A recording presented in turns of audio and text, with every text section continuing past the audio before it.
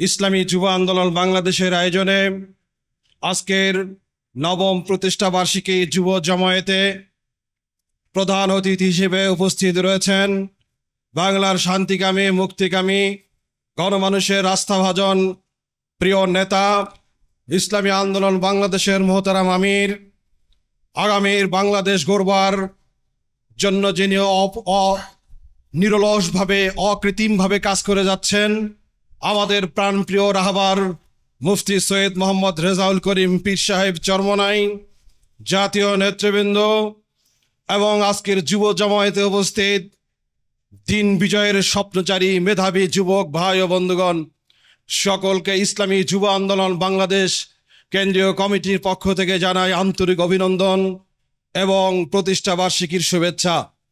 বক্তব্যের শুরুতেই গভীর শোক এবং সমবেদনা জ্ঞাপন করছি। গত 21শে জুলাই মাইলস্টোন কলেজের শিশু শিক্ষার্থীদের উপর আকস্মিক একটি বিমান বিস্ফোরিত হওয়ার কারণে অগণিত শিশু দুনিয়া থেকে চলে গেছে। এই তাদের চলে যাওয়াটা কোনো ভাষা, কোনো বাক্য দিয়ে প্রিয়জন, তাদের মা বোন, আত্মীয় স্বজনকে বোঝানোর কোনো বাক্য আমাদের জানা নেই। তারা শুধু স্বজন ছিল না, প্রত্যেকটি সন্তান ছিল মা বাবার যেন কলিজার টুকরা। একই সাথে আমরা গভীর দুঃখ এবং সমবেদনা জানাই গত জুলাই আগস্টে যে সেই দানবিক সরকার কর্তৃক নির্বিচারে গুলিবর্ষণের ফলে ইসলামী যুব আন্দোলন বাংলাদেশের অগ্রসেনানী একজন সৈনিক কারিমুল হক শাহাদাত বরণ করেছেন।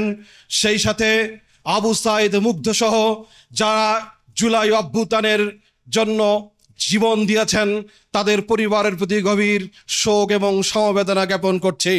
প্রিয় ভাই ও বন্ধুগণ, ইসলামী যুব আন্দোলন বাংলাদেশের এই বাংলাদেশের পদযাত্রা নবম বর্ষে পা দিতে যাচ্ছে। আমরা 9টি বছর বাংলাদেশে অতিক্রম করে ফেলেছি।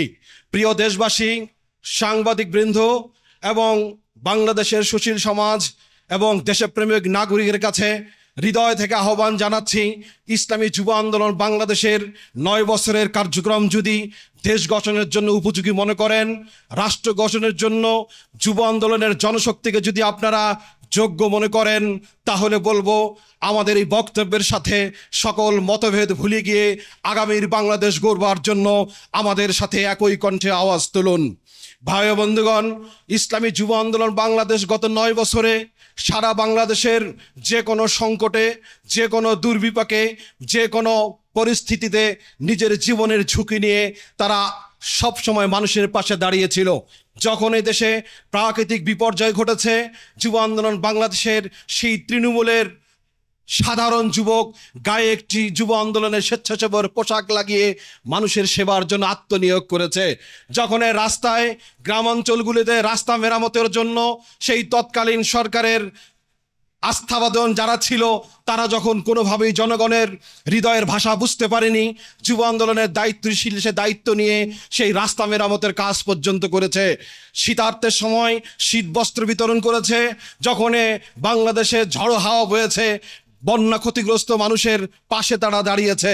শুধু তাই না, আমরা দেখেছি করোনার সময়ে যে মহা সংকট তৈরি হয়েছিল, সেই সময় এই হলুদ পোশাকধারী ব্যক্তিরা মানুষের পাশে গিয়েছিল। যে সময় পিতা তার সন্তানকে চিনত না, মা তার সন্তানকে ছেড়ে চলে যেত, যুব আন্দোলন নেতাকর্মীরা তাদের পাশে দাঁড়িয়েছিল। অতএব আমরা সুস্পষ্টভাবে বলতে চাই, ইসলামী যুব আন্দোলন বাংলাদেশ হলো বাংলাদেশের আদর্শ নাগরিক গড়ার একটি বিশ্বস্ত প্ল্যাটফর্ম। আমরা এখান থেকে জাতির সামনে জানাতে চাই, জুলাই অভ্যুত্থান পরবর্তী নতুন বাংলাদেশ গড়বার জন্য আমরা যারা স্বপ্ন দেখছি, আমরা বিশ্বাস করি আগামীর বাংলাদেশ গড়বার জন্য অন্যতম নিয়ামক শক্তির ভূমিকা পালন করবে ইসলামী যুব আন্দোলনের বাংলাদেশের প্রতিটি নেতা কর্মী ইনশাআল্লাহ।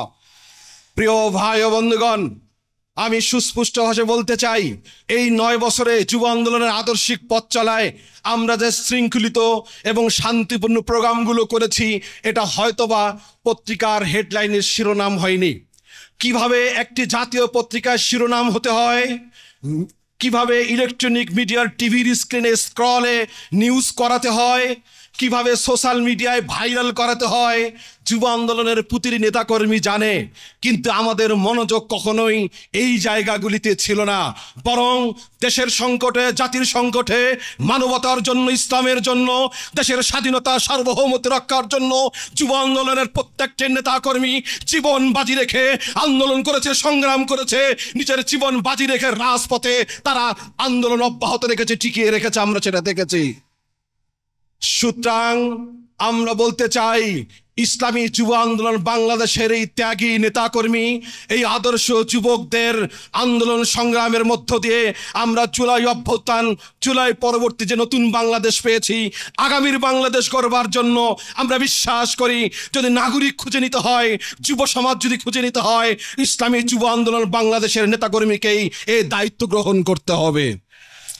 বিগত 54 বছরে বাংলাদেশের রাজনীতিতে যারা ক্ষমতায় ছিল, এটা প্রমাণ হয়েছে বারংবার। এই প্রমাণের বিস্ফোরণ ঘটেছে 24শে জুলাই। তারা বাংলাদেশে যারা রাজনীতি করেছে, ক্ষমতায় ছিল, তারা কেউ এই দেশের জনগণের জন্য রাজনীতি করেনি। তার নিজেদের জন্য করেছে, নিজের দলের জন্য করেছে, নিজের পরিবারতন্ত্র কায়েম করার রাজনীতি করেছে। ইসলামী আন্দোলন বাংলাদেশ তার 38 বছরের আদর্শিক পথ চলায় বাংলাদেশ একটি আপোষহীন সংগঠনের নাম। আগামীর বাংলাদেশ গড়বার জন্য ইসলামী আন্দোলন বাংলাদেশের মহতারাম আমির যেভাবে ইসলামী মনা দেশপ্রেমিক নাগরিকদেরকে নিয়ে একটি ঐক্যপ্রয়াসী আন্দোলন গড়ে তুলেছে, সারা বাংলাদেশের মানুষ যখন আশা জাগাতে শুরু করেছে, আমরা দেখতে পাচ্ছি সারা বাংলাদেশের মানুষের হৃদয়ে নতুনভাবে স্বপ্ন দেখা শুরু করেছে। ঠিক সময় কতগুলি ভাইদের যেন আবল তাবল উল্টাপাল্টা বলা শুরু করেছে। আমরা সুস্পষ্টভাবে আজকের যুব জামায়াত থেকে জানিয়ে দিতে চাই, ইসলামী যুব আন্দোলন বাংলাদেশ আগামীর সুন্দর, উন্নত, বৈষম্যহীন কল্যাণ রাষ্ট্র গড়বার জন্য সর্বোচ্চ ত্যাগ স্বীকার করতে প্রস্তুত রয়েছে।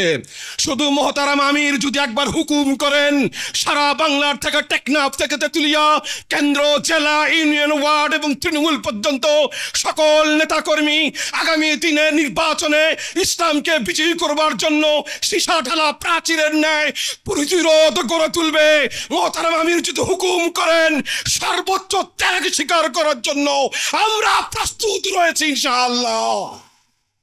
অতএব যুব আন্দোলনের প্রতিটি নেতাকর্মীকে আগামীর বাংলাদেশ বিনির্মাণের জন্য ঐক্যবদ্ধ থাকবার উদাত্ত আহ্বান জানিয়ে আজকের প্রোগ্রামে যারা সক্রিয়ভাবে সর্বোচ্চ ত্যাগ স্বীকার করে উপস্থিত হয়েছেন, সবাইকে আন্তরিক মোবারকবাদ, শুভেচ্ছা, কৃতজ্ঞতা জানিয়ে আমার বক্তব্য শেষ করছি। আসসালামু আলাইকুম।